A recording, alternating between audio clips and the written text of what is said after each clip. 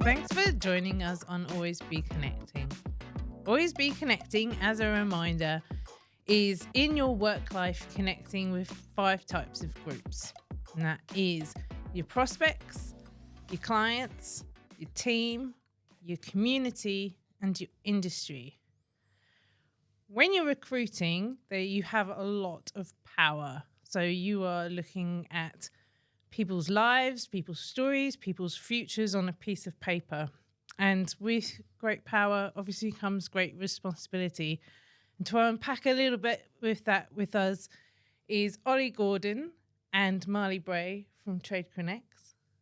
Welcome. Thank you. Thanks for having us. Thanks for coming on. So tell us a little bit. You're the managing director, Ollie. Do you want to tell us a little bit about your story about how sort of TradeConnex came to be and what it is that you want to do in the recruitment world? Yeah. So TradeConnex started almost 8 years ago now. Yeah, I think it's 8 years ago. Yeah, almost 8 years ago. So in October it'll be 8 years. How it started, I worked in recruitment for 1 year, came over to Sydney, ended up after 1 year working with a company in recruitment. I'm actually a carpenter by trade. I ended up going home for a while and then setting up TradeConnex. So that's sort of how it started, myself and a desk and a laptop about in 2016, and just realised I was good at making connections, and a few people had said, why don't you try and maybe bring that into a business? So such a great word for recruitment, I think, because that you're making a connection there, and like the employee and the employer both go on a journey to like figure out the next few years together, and you know it wouldn't happen in a different circumstance. So like that's pretty cool. What do you think about like the connection that you? Yeah, well, when I called it that name, it was TradeConnex. It was sort of, I was a small company, just myself, so there was a lot of projects with Connex in Sydney. So it was sort of to attract, like some good talent that was coming over from WA, and it was the Connex projects, the West Connex, North Connex, and all these projects. So I tried to, tradesmen were hard got, and operators and all that were all very hard got. So I said TradeConnex, sort of modeled myself off that and decided, you know, connecting people with opportunities is our sort of slogan. So it's sort of what I've really liked doing is giving people opportunities to get into better jobs or improve themselves, either in work in the office with us or out in the field as well. Yeah, I think that's key, isn't it? It's like it's not a role, it's an opportunity.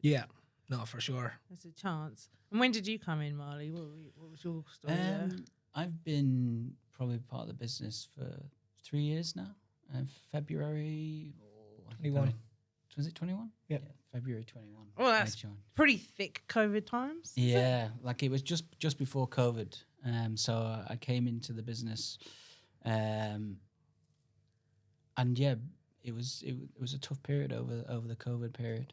I think everybody in recruitment really probably felt it, but we adapted and we pivoted. You know, when Sydney and when New South Wales shut down for those 3 or 4 weeks, when they shut down all the construction sites, we pivoted and we concentrated on Queensland. So, and we're lucky in the fact that, you know, a lot of our work is across all of Australia and in regional areas. So, yeah, it was a challenge, but it was a good challenge, you know.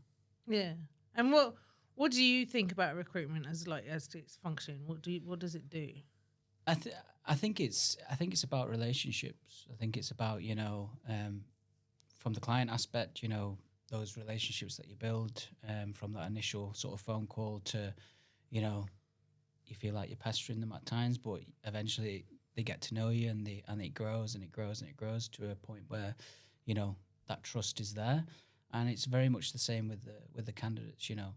The service that you're providing to the candidate and the client and the relationship that you're building with them is the most important thing, and the most thing that basically builds the trust, you know.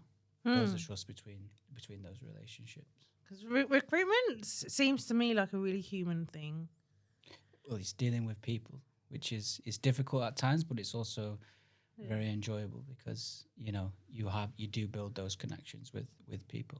And dealing with people's dreams as well, because like as I was recruiting last week, we had a lot of applicants, but I only had one role. Like I'm not a recruitment agency. I had one role I had to fill, and I DIY'd it, and a lot of people had put time and effort into an application that kind of went nowhere in the end, which I feel really bad about because like everyone's got things that they need to do with their lives, haven't they? So yeah, no. For sure, as Marlee said, like the human element of it, it's nothing more rewarding when you get to help loads of people. But I suppose for me, I think Marlee knows what I'm like. I try to help everyone as best I can, and then sometimes you just can't. You don't have the roles, or they don't have the skill set. So it's sort of like you have to look after your clients' needs as well. For us, it's like I know you're a person I know, or you're a nice person, but if they haven't got the skill set, you're really not doing your job as well. So you have to. Something I've struggled with myself throughout the years of like people you want to help out, but then you realise that they're not suited to the job that the client wants, and it can be challenging. But look, ultimately, people still are able to look after themselves, and if you're putting them into jobs that they're going to struggle at, it's not really doing them any good, or it's not going to do us any good. Like we've had certain times where opportunities where with lower skilled jobs, you might be able to help someone out and getting them in, and they work out really well if their attitude is good, Yeah. But like, yeah, ultimately we're there to match the best people with the client, so the client has success on their projects. Like, that's what we try to do. Obviously, for them to have a good attitude as well as a bonus, but they need to have the skills as well. Yeah. So, Did you have struggles like getting into the industry? For me, when you started. Oh, well, I started as a carpenter back when I was 17. Not really. I grew up, my father had a steel frame building business. So I was at that since I was like able to 9-10 years old. You'd be putting nuts and bolts together.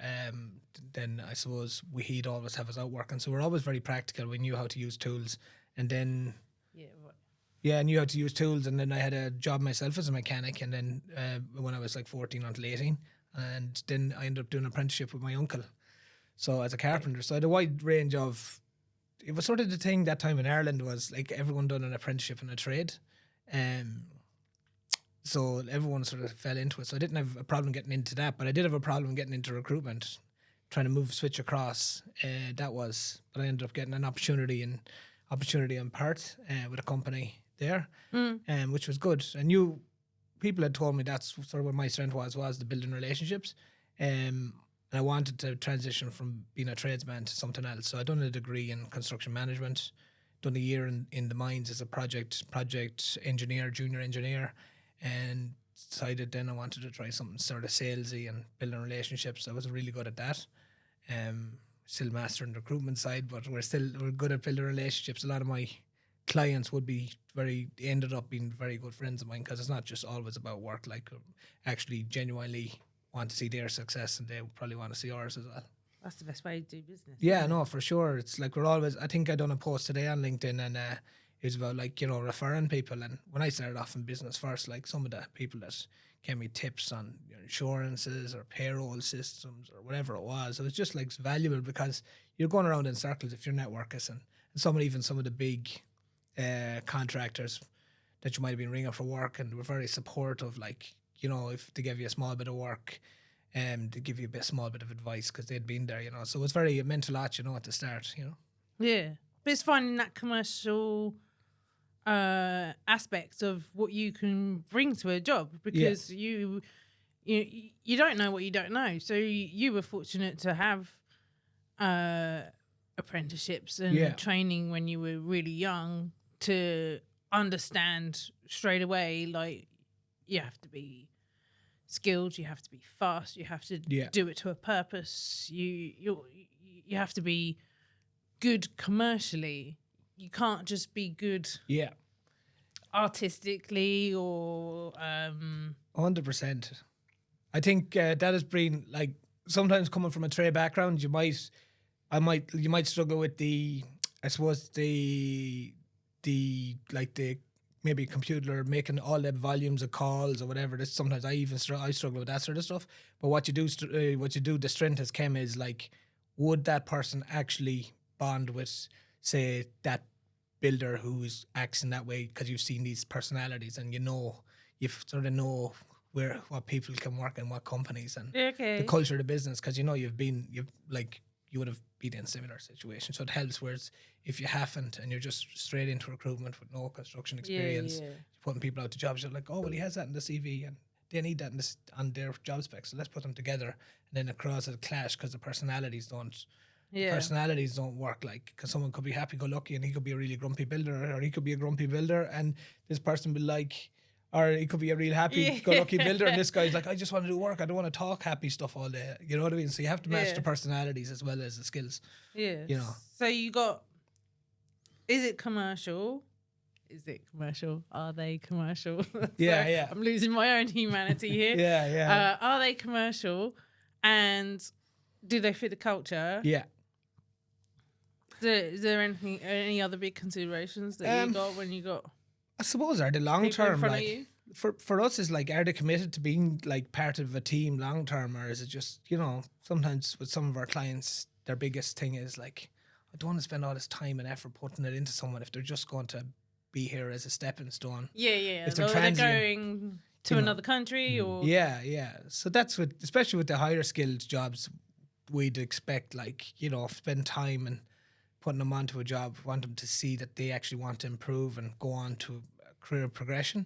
Whereas, that's what their biggest, what they'd want out of us is to make sure, I might want to make sure someone here who's not going to travel in Asia in 3 weeks' time or something. Just make sure there's someone who's committed to helping. And I suppose, as me personally, I'd always try and look as if I was that company, what would I want, and the traits I'd want in the person.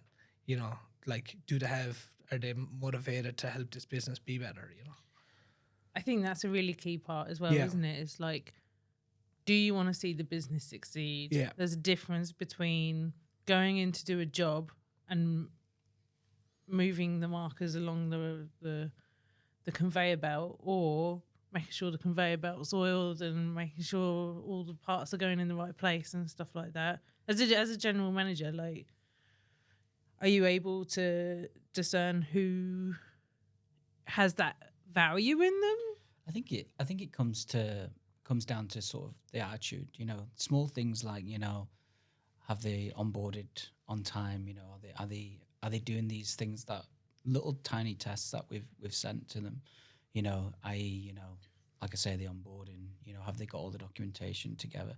These things are showing us that they're keen to work. They're keen to they really want the job. If somebody hasn't done these things and you're chasing them for weeks, like, are they really committed to being successful?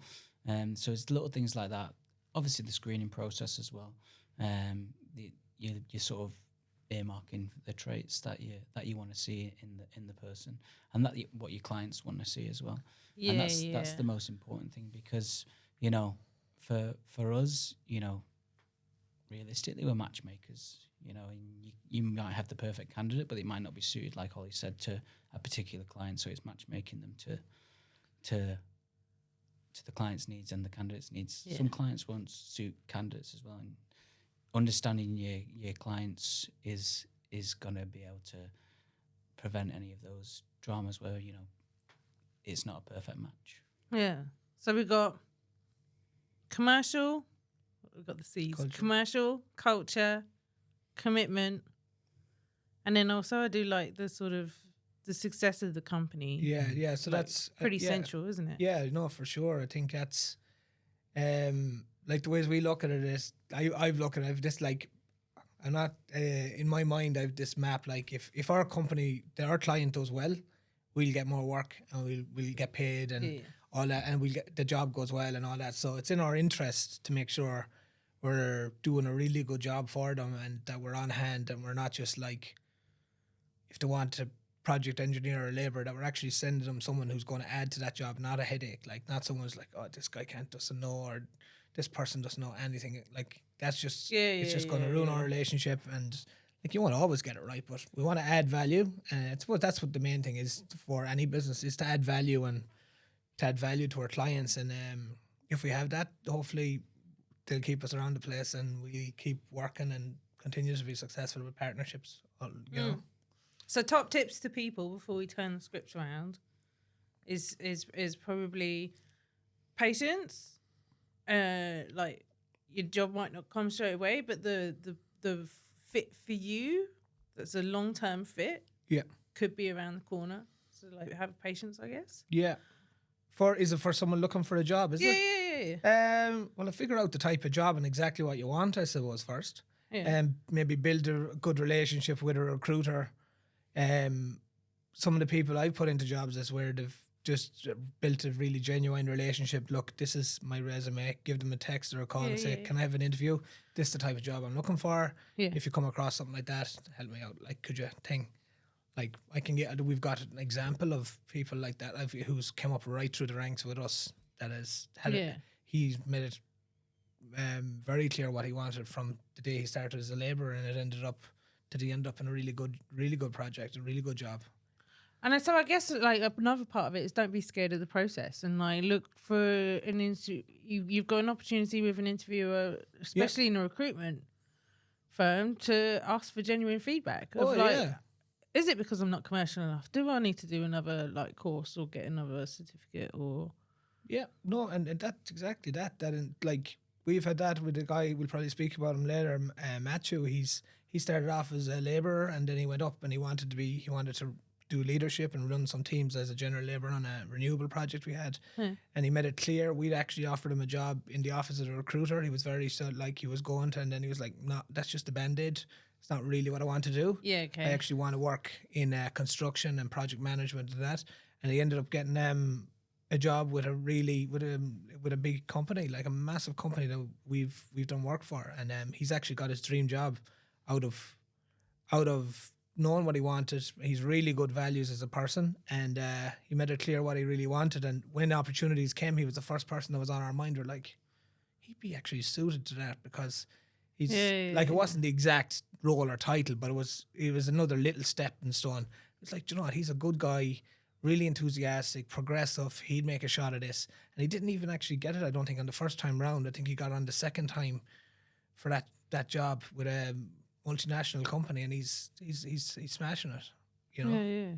So I think the enthusiasm and an attitude is a big and you can help him in his shortcomings of like, all right, he's not qualified for this. Well, like I suppose the example of Matthew is he gained that practical experience on the site as a labourer with us, and then he was given the responsibility to lead probably about a team of 40, if not more, on that site, which then give him more skills, which it's that progression and that the transition from the general labourer to the I think he's a project coordinator now, isn't he? So it's a big jump, and those practical experiences that he took on site has obviously meant that he could step into that role and be a really successful placement for us with the client. That's interesting as well, because I talk to a lot of mortgage brokers, and they talk about sort of getting from A to B in the sort of your 2-year period of like how you get from not having a lot of money saved to being a mortgage holder. Yeah, and like there's a few stepping stones along the way, and a mortgage broker is in a perfect position to sort of help you on that journey. And it sounds like the recruitment agency is also there as sort of to help you to get from A to B. So there's not many places where you can get career guidance. Career guidance when I was at school wasn't terribly useful. Like, no, from what I noticed with the Matthew's situation, how if he just went into that job and he was just happy enough to do his work with us and then just do labour and not be interested in it, he would have just went nowhere. But he always was there to help, always there. He wasn't like the first day he landed it, I want to do this, I want to be project manager. He was like, anything you need, give me a shout. If you need anything done with a vehicle, any PPE, anything done. So he was the first top of mind to give a leadership role to, because he was just proactive. Then when he got his leadership role, I would give him, or whoever was there would give him tips like, you're going to be hanging around these guys, you know. The client was actually there, so he got to know them. I said, if you're interested in this role, go and speak to them. I can make an intro. So they got to speak into them, became friends with them. So when he did do his application, probably 6-8 months later, his application was really considered because he'd built that bond. He's got cut through. He's cut through because he had the practical experience. He created a trust and bond, and he was like, you know, he's an all round good guy, like, and he really wanted to just better himself and better his life as well, like, and just progress his career, you know. Yeah, sure. Yeah. So let's flip the script and talk about the other way. So, like, what does the client need to do in the reciprocal nature of recruitment, or to to attract, convert, provide for clients coming through? I wonder if we can get 3 C's. We try. Culture's a big one anyway, both ways. Culture's a big one. C's.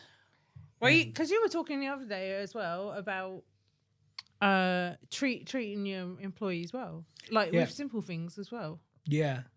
What so can I think of an example? Like we've got some really good clients, and I suppose what they do is that they empower a lot of they empower when they get people, that they do bring them up from and they empower them. It's not like looking at everything as transactional all the time. It's like, well, if you're going giving me a bit, I can give you a bit back, and work with them if they're really good. I suppose in the higher skill jobs, it's mostly around the conditions, the rosters, the salary, obviously, the culture of the company. Yeah, it's a lot of them. It's what's the biggest? I suppose the working arrangements is a big one. You know. You know. And long term support as well. Go back to that, like. I think a big one for us is a lot of the people who replace will then go and join the company on a permanent basis. You know, that's sort of a real testament to the success. Is a client will contact you and go, I actually want to take this person on direct, and take them on permanently. So that happens a lot, especially with a lot of the project-based sort of regional work that we do. You know, they may start as an operator, and the client sees that they're committed. You know, we do a lot of upskilling. You know, maybe a telehandler ticket or a forklift ticket, and train them up. The client will train them up on the machine, and then eventually they after 3-6 months they say, look, we want to take them on permanently. So that's a real sort of, it's that commitment that the client's showing to like Ollie says, upskilling the candidates. It's like a full-time adoption. With that, you're foster care. Yeah, you're ready to take them on and sign the papers. Yeah. So look, those are the success stories that we why we do the work. You know. Yeah. You know, like Ollie said, the slogan is connecting people with opportunities, and that's the success. You know, when we connect somebody like a candidate with a client, and it's a success, and they go on to then work for that client on a long-term basis. I suppose that's why Ollie started the business, and it's what we always aim to do. You know, it's a series of leg ups from every direction. Yeah, and hopefully they come back someday, and then they're top dog somewhere and give us some work as well. So I think that.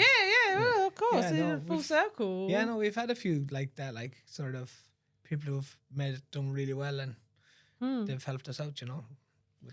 Yeah, and then you were also talking before about when you work with people in remote communities. Yeah, and sort of how. Because with tradies, especially in very niche skills, to get regular work, you're gonna have to move about. Yeah, so I suppose the main a main part of our business is renewable projects, but we do all sorts of energy projects. But I suppose over the last couple of years, it's been a lot of renewable. Some of these jobs we might have 80 to 130 or 40 people arriving into a local area. We don't want to be coming in as leaving the area in a bad taste. We want to make a positive impact on the area and make sure our employees are respectful. Like I say, as go back to the onboarding, that they're the best we can, that they're good people that just want to go to work, and it has a lot to do with our clients as well, like some of our clients. So we had a client we worked with down in Glenrowan, and what they'd sort of put forward that a lot of our people workers went and played with a local AFL team. So they played with a local AFL team, Benalla All Blacks. The team, one of the teams is about to fold, but then they did a lot of Irish workers come in, and they couldn't believe it. These 25-year-olds, about 20 or 30 25-year-old men arrived into the town. They're like, "Geez, this is the jackpot." So, but the whole local area was got around them, and they ended up really having a really positive impact on the town, which was good. Like everyone, you'd hear some of the accent, they'd know where we came from working on the project out the road. It was good, and it was real positive, It was a positive impact, and it's good. We try our best all the time when we do these renewable projects in these areas is set people up that it's not the typical construction setup. Finish the day's work, into the pub, eat a chicken parmy, and have a game of pool. We try and set up that. Things have changed a bit like that too. That we have sometimes, not always, that we have a group of people that'll organise maybe the 5-a-side games or something like that, or get organised to make sure that there's something good on, or maybe get the mates and constructions out to do a talk for mental health, but then organise the healthy habits, like what we can try and get done, the gyms and that, and support them as best we can. Even the small things, like making sure we put a barbecue on, but we buy the meat from the local butcher, putting on the food, or drinks behind the bar at the local pub, things like that are obviously going to help the communities whilst we're there, and give you're not back to them. importing a case of Bud from No, exactly. Yeah. wherever, So it's just, or any other good beer. it's those smaller things, the smaller things that go a long way in those. It's thoughtful. Yeah. Thoughtful and responsible. Because we're at the end. You of the don't day, have to do that. We're guests, We're guests in these local towns, and we want to come in and leave, like Ollie said, leave a good imprint once we leave. That's a great frame of mind. Yeah, we usually do. In fairness, we've had a few projects that we might have vehicles on at buses or whatever, and we become friends with the local mechanic, and we might have a few months lay off on the next project, so we'll end up becoming such good friends with them that we can leave the vehicles in their yard or out in their farm for 2 months until we get the next project, because we don't. So we become quite a lot of the time we become quite with all the people in there, we become quite friendly with them. So can you break down in pretty much most of Australia? Yeah, pretty much. Well, look, Australia's big, but certain areas we okay. Yeah, there's certain areas. A lot of these renewable projects all seem to be in similar areas. Yeah. So you might do one project one year, and then there'll be no projects near there. But then you'll come back a year later, and another project will be like a wind farm or a solar farm will be being built in the same area or just down the road. So yeah. So a lot of our episodes on Always Be Connecting has come back to listening and gratitude. And I really like your sort of flip on the script a little bit. You're still listening and have gratitude, but respect and being a guest. Yeah. And helping out. Yeah. Where you can. No, that's it. That's one of our values, is actually go the extra mile. One of our things is when we're onboarding our teams for these renewable, all projects, but when we have a mass onboarding of people that we're going to know, we're really going to, there's 15, 20 people starting on a job, boys and girls, whatever. We bring them in sometimes into the office, or sometimes on site. We'd meet them and we go through our values, and it'd be like when someone asks, do you have a spare room, or do you have a lift to work, or do you have something in a WhatsApp group? you comment or you text back if you can help. If you can't help, you can't. But like, we're here to support each other. We're no radio silence or any of this sort of stuff. It's like supporting each other to get or like, feeling that you're above it, or or that you're WhatsApp's beeping again. Or like not there to help you. Like ours is about like sort of teamwork for that sort of stuff as well, because a lot of people are going to these areas to making them feel comfortable, and we have a big sort of, when people are starting these projects, we'd either like make sure that they're in WhatsApp groups or they know who to contact in the first day or whatever, that sort of stuff. A lot of the time in the bigger projects, we'd have someone on site. We have one of the last projects we had a rep on site all the time, so that was good. Chloe, you met her last week. So yeah, that's interesting. I love the guest thing, because I've also heard previously someone say that when you have employees, they are your guests. So there's things that you should do as an employer to make people feel comfortable, make people feel at home in your place of work and things like that. So I love sort of flipping it around to every single aspect of like, everyone's a guest in each other's lives and of each other's journeys. So like, try and make it as pleasant and happy and positive as possible, and build each other up. Lots of leg ups and things like that. If you like look at recruitment 10 years ago to where it is now, where do you see it going? What's the sort of trajectory of sort of progressive recruitment, would you say?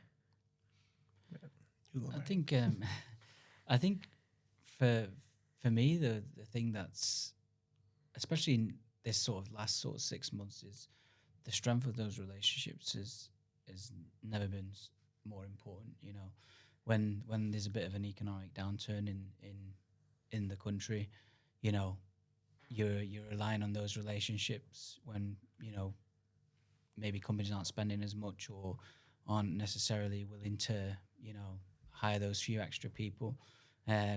Whereas those relationships that you built, you know, over the last few years really start to show, you know, when times are tough. So the relationships is the most important thing.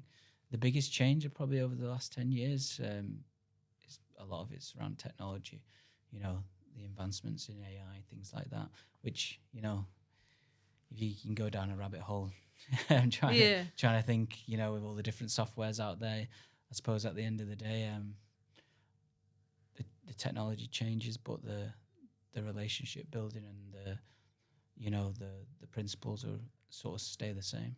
So AI might build the app, it might help with the timesheets or all these sorts of things, but it won't ever replace the support, the relationships, the human connection. You know, that's the biggest thing. That's what the TradeConnex is built on. You know, that human connection, that relationship with candidates, with clients, with suppliers. You know, even, you know, like our PPE supplier, it's, you know, a lot of the time I'm on to Ollie saying, I think we could probably get a cheaper option, but, you know, a lot of it's, you know, no, but I like the relationship. There's like plenty of cheaper options out there. 100%, but like it's the relationship that Ollie's built with that particular supplier that we're not going to change. You know, and that's the unless they hear this and try and pull a fast one. But that's it. But it's a case of, you know, like emulating that type of strong connection where they don't really want to go anywhere else. That's it. Yeah, perfect. Yeah. And if people want to connect, sorry. Yep.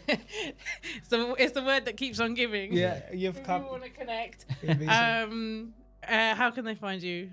Where are you found online? Oh, we're on LinkedIn. We're building a new website at the moment, and we're on LinkedIn, Instagram, Facebook, email www.tradeconnex.com.au, and yeah. Whether you're a client or a customer or it's all on there at the moment. We've a landing page, and hopefully in the next month or 6 weeks we're going to have that website live. So beautiful. Be a guest. Love it. Thanks so much for being a guest. Thank you. And speak to you next time.